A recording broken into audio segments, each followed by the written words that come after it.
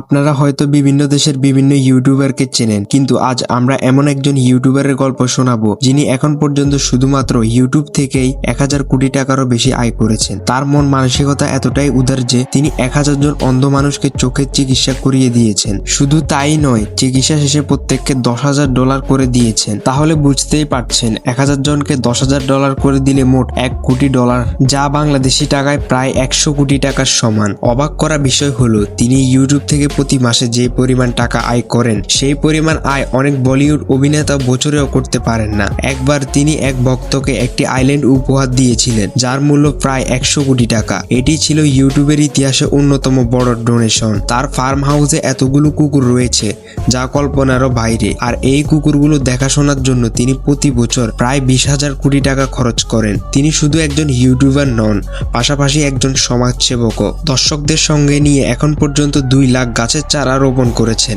আরও একটি চমকপ্রদ ঘটনা হলো তার ইউটিউব চ্যানেলে যখন 40 মিলিয়ন সাবস্ক্রাইবার পূর্ণ হয় তখন তিনি 40 জন সাবস্ক্রাইবারকে 40টি নতুন গাড়ি উপহার দেন। তাহলে বুঝতেই পারছেন তিনি কত বড় মনের মানুষ এবং কত সম্পদের মালিক।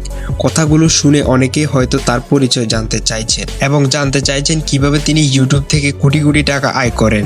তাদের জন্য সংক্ষেপে বলি, এই ছেলেটির নাম জেমি ডোনাল্ডসন। তবে এই নামে তাকে অনেকেই না চিনলে মিস্টার বিস্ট নামে সবাই তাকে চেনে, কারণ তার ইউটিউব চ্যানেলের নামই মিস্টার বিস্ট।